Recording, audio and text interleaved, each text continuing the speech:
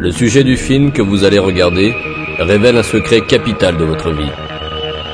Vous devez le regarder très attentivement, car il concerne une question qui peut modifier profondément votre vision du monde matériel. Le contenu de ce film ne présente pas seulement une approche nouvelle ou une pensée philosophique. C'est un fait qui est aussi prouvé par la science aujourd'hui.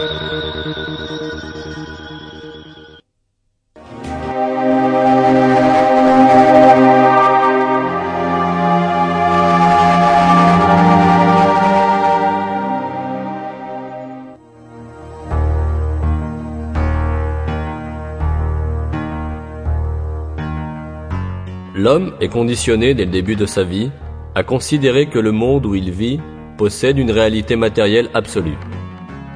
Il grandit donc sous l'influence de ce conditionnement et construit toute sa vie sur cette vision des choses.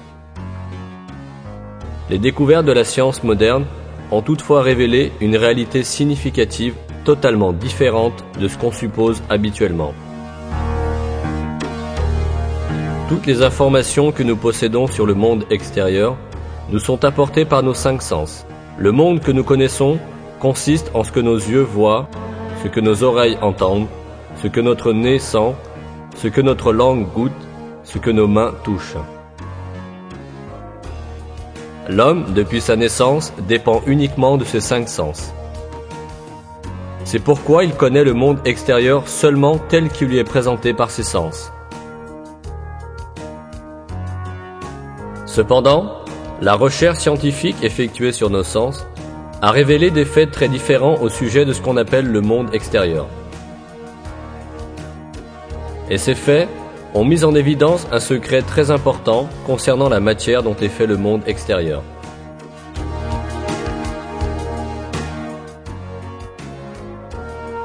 Le penseur contemporain Frédéric Vester explique le point où la science est parvenue à ce sujet.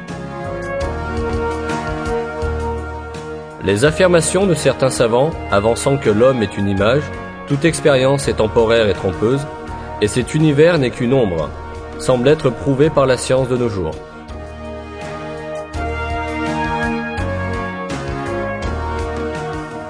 Afin de mieux saisir ce secret derrière la matière, rappelons ce que nous savons de notre sens de la vue, qui nous apporte la majeure partie de nos informations sur le monde extérieur.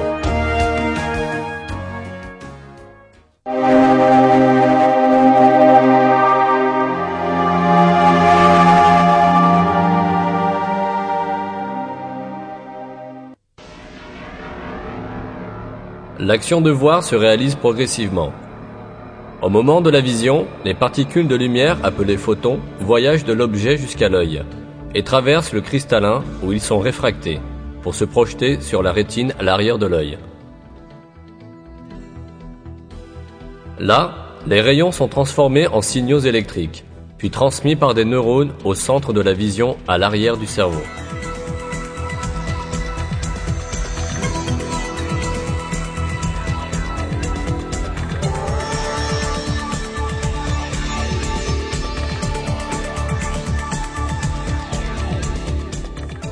L'action de voir se déroule en réalité dans ce centre du cerveau.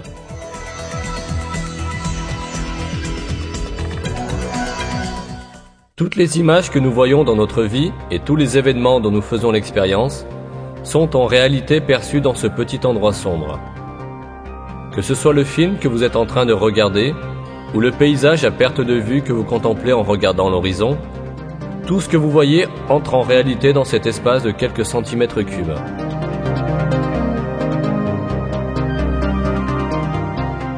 Réfléchissons attentivement à ces informations. Lorsque nous disons « nous voyons », ce que nous voyons, c'est en réalité l'effet que les rayons atteignant nos yeux produisent dans notre cerveau, lorsqu'ils sont convertis en signaux électriques. Quand nous disons « nous voyons », nous observons en réalité les signaux électriques dans notre cerveau. Il faut d'ailleurs ici rappeler un autre fait. Le cerveau est fermé à la lumière et son intérieur est totalement sombre. Par conséquent, jamais le cerveau ne peut être en contact avec la lumière elle-même. Nous pouvons prendre un exemple pour expliquer cette situation intéressante. Supposons que devant nous se trouve une bougie allumée, dont nous voyons la lumière. Pendant la période où nous voyons la lumière de la bougie, l'intérieur de notre crâne et notre cerveau sont dans l'obscurité totale. La lumière de la bougie n'illumine jamais notre cerveau et notre centre de vision. Nous contemplons donc un monde de couleurs et de lumière à l'intérieur de notre cerveau obscur. La même situation s'applique aux autres sens. Les sons, le toucher, les goûts et les odeurs sont tous perçus dans le cerveau sous la forme de signaux électriques. Par conséquent, durant toute notre vie, notre cerveau n'est jamais confronté à l'original de la matière existant hors de nous, mais bien plutôt à une copie électrique de cette matière formée à l'intérieur de notre cerveau. C'est là que nous tombons dans l'erreur de croire que ces copies sont des éléments de la matière réelle existant hors de nous.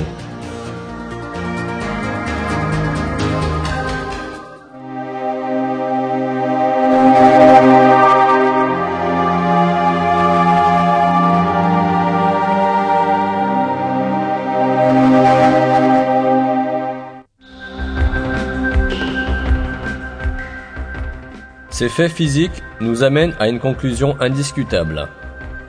Tout ce que nous voyons, touchons, entendons et percevons comme la matière, le monde ou l'univers, n'est en fait que des signaux électriques dans notre cerveau.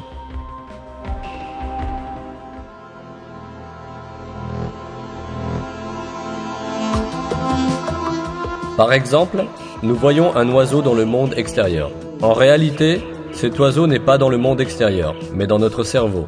Les particules de lumière se reflétant de l'oiseau atteignent notre cerveau, où elles sont converties en signaux électriques. Ces signaux sont transmis par des neurones au centre de la vision dans le cerveau. L'oiseau que nous voyons est en réalité les signaux électriques à l'intérieur de notre cerveau. Si les nerfs optiques allant jusqu'au cerveau étaient déconnectés, l'image de l'oiseau disparaîtrait subitement. De la même manière, les bruits d'oiseaux que nous entendons sont aussi dans notre cerveau. Si le nerf reliant l'oreille au cerveau était déconnecté, il n'y aurait plus de son. Autrement dit, l'oiseau, dont nous voyons la forme et dont nous entendons le son, n'est rien d'autre que l'interprétation de signaux électriques par le cerveau. Un autre point qu'il faut considérer ici est la perception de la distance. Par exemple, la distance entre vous et cet écran n'est rien d'autre qu'une sensation d'espace formée dans votre cerveau. De même, des objets qu'une personne pense être très lointains sont en réalité des images accumulées à un point du cerveau.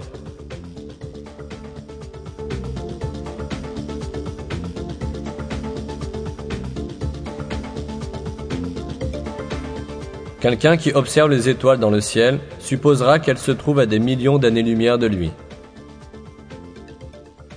Or, les étoiles sont à l'intérieur de lui-même, dans le centre de la vision de son cerveau.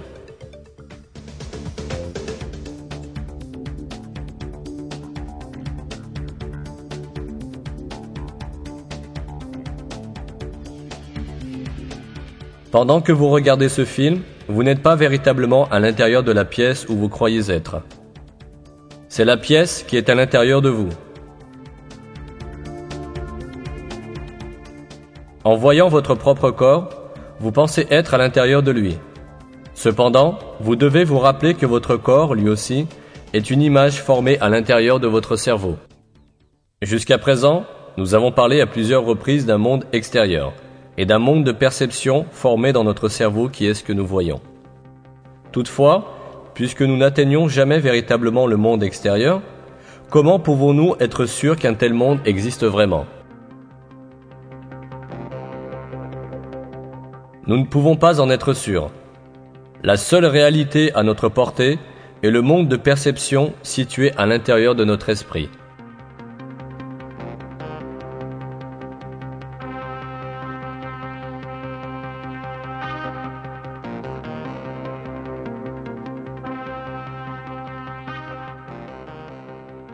Nous croyons à l'existence des objets parce que nous les voyons et les touchons, et qu'ils sont reflétés pour nous par nos perceptions.